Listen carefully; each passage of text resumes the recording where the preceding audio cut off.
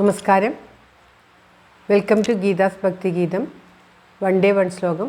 Shrimad Mahabhagavatam 561st day. Today പ്രഥമസ്കന്ധം, second chapter, 32nd ശ്ലോക. For details please see the description box. Geetha's Bhakti Geetham, ഒരു ദിവസം ഒരു ശ്ലോകം. ശ്രീമദ് മഹാഭാഗവതം 561 ദിവസം. ഇന്ന് പ്രഥമസ്കന്ധത്തിലെ 2ാമത്തെ അധ്യായത്തിലെ 32ാമത്തെ ശ്ലോകം. ഓം നമോ ഭഗവതേ വാസുദേവായ. ഓം ശ്രീകൃഷ്ണ പരമാത്മനേ നമഃ. ഹരിശ്രീ ഗണപതയേ നമഃ. അവിഘ്നമസ്തു ശ്രീ ഗുരുഭ്യോ നമഃ.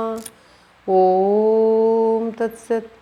കൃഷ്ണം നാരായണം വന്ദേ, കൃഷ്ണം വന്ദേ വ്രജപ്രിയം, കൃഷ്ണം ദ്വൈപായനം വന്ദേ, കൃഷ്ണം വന്ദേ ഭൃതാസുതം.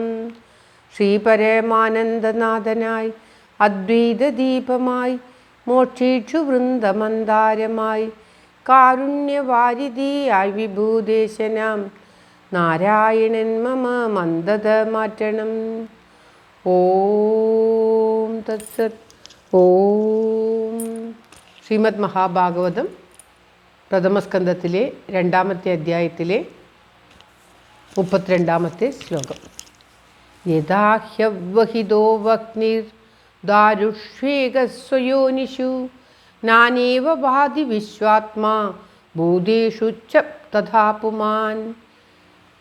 യഥാ ഹ്യവഹിതോ വഹ്നിർ ദാരുകേഷു സ്വയോനിഷു ദാരുഷ്വേകസ്വയോനിഷു നാനേവ ഭാതി വിശ്വാത്മാ ഭൂതേഷു ച തഥാ പുമാൻ. ഓം തത്സത്.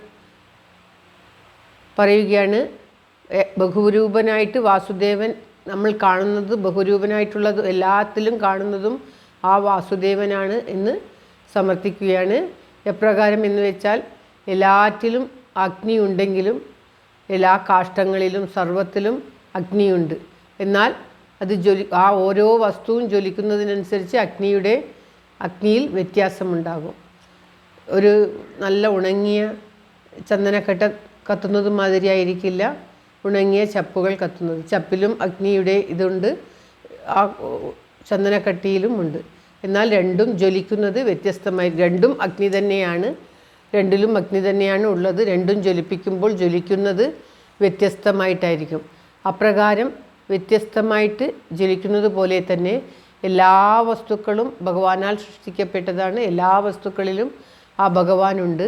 എന്നാലും വസ്തുക്കളുടെ ഇതിനനുസരിച്ച് ആ ഭഗവാന്റെ പ്രകാശം നമുക്ക് കാണുന്നത് വ്യത്യസ്തമായിരിക്കും. ഓരോ മനുഷ്യനിലും ഉള്ള അവരവരുടെ ഗുണങ്ങൾ, സാത്വിക ഗുണങ്ങൾക്കനുസരിച്ചിട്ടായിരിക്കും. 3 ഗുണങ്ങളുണ്ട്. ആ 3 ഗുണങ്ങൾക്കും അനുസരിച്ചിട്ടായിരിക്കും ഓരോ വസ്തു. അത് ചരമായാലും അചരമായാലും എല്ലാ വസ്തുക്കളിലും ആ ഭഗവാനുണ്ട്. ആ ഭഗവാന്റെ പ്രകാശം നമുക്ക് കാണുന്നത് വ്യത്യസ്തമായിട്ടായിരിക്കും. ഓരോ വസ്തുവിനും ചതുർവിധ സൃഷ്ടിവർഗങ്ങളിൽ എല്ലാറ്റിലും ജീവരൂപേണ വസിക്കുന്നത്, ആ ജീവനെ നിലനിർത്തുന്നത് ആ ഭഗവാന്റെ ആത്മസ്വരൂപനാണ്. എന്നാൽ വസ്തുക്കൾക്കനുസരിച്ച് നമുക്ക് ആ ഭഗവാന്റെ സാന്നിധ്യം മനസ്സിലാവുന്നത് വ്യത്യസ്തമായിട്ടായിരിക്കും, കാണുന്നത് വ്യത്യസ്തമായിട്ടായിരിക്കും. ഭഗവാൻ തന്നെയാണ് സർവത്തിലും ഉള്ളത്.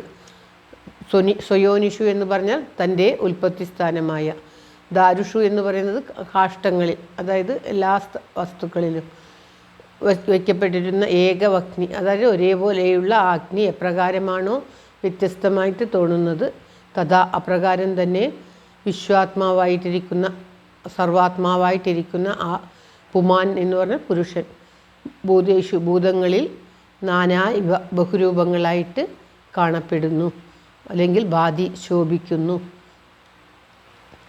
ഭാതി എന്ന് പറഞ്ഞാൽ നാനേവ പലതരത്തിലുള്ള ഭാതി പ്രകാശമായിട്ട് നമുക്ക് കാണപ്പെടുന്നു എന്ന് പറയുകയാണ്.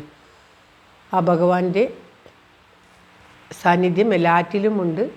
പക്ഷേ ആ വസ്തുക്കൾക്കനുസരിച്ചിട്ട് ഭഗവാന്റെ ആ പ്രകാശം നമുക്ക് വ്യത്യസ്തമായിട്ട് തോന്നുന്നു എന്ന് പറയുകയാണ്. ശ്ലോകം ഒരിക്കൽ കൂടി. യഥാ ഹ്യവഹിതോ വഗ്നിർ ദാരുഷ്വേകസ്വയോനിഷു നാനേവ ഭാതി വിശ്വാത്മാ ഭൂതേഷു ച തഥാ പുമാൻ. ഓം തത്സത്. സർവത്ര ഗോവിന്ദനാമസങ്കീർത്തനം. ഗോവിന്ദ ഗോവിന്ദ. എല്ലാവരുടെയും നന്മയ്ക്കും ആയുരാരോഗ്യ സൗഖ്യത്തിനുമായി പ്രാർത്ഥിച്ചുകൊണ്ട് ഭഗവത് സമക്ഷം ഈ ശ്ലോകം സമർപ്പിക്കുന്നു. Geetha Rajan. Thank you for watching. All the best. Have A very very nice day. God bless you. ദൈവം അനുഗ്രഹിക്കട്ടെ. എല്ലാവർക്കും എല്ലാവിധ ആയുരാരോഗ്യ സൗഖ്യവും നന്മയും ഉണ്ടാകട്ടെ. ഓം തത്സത്.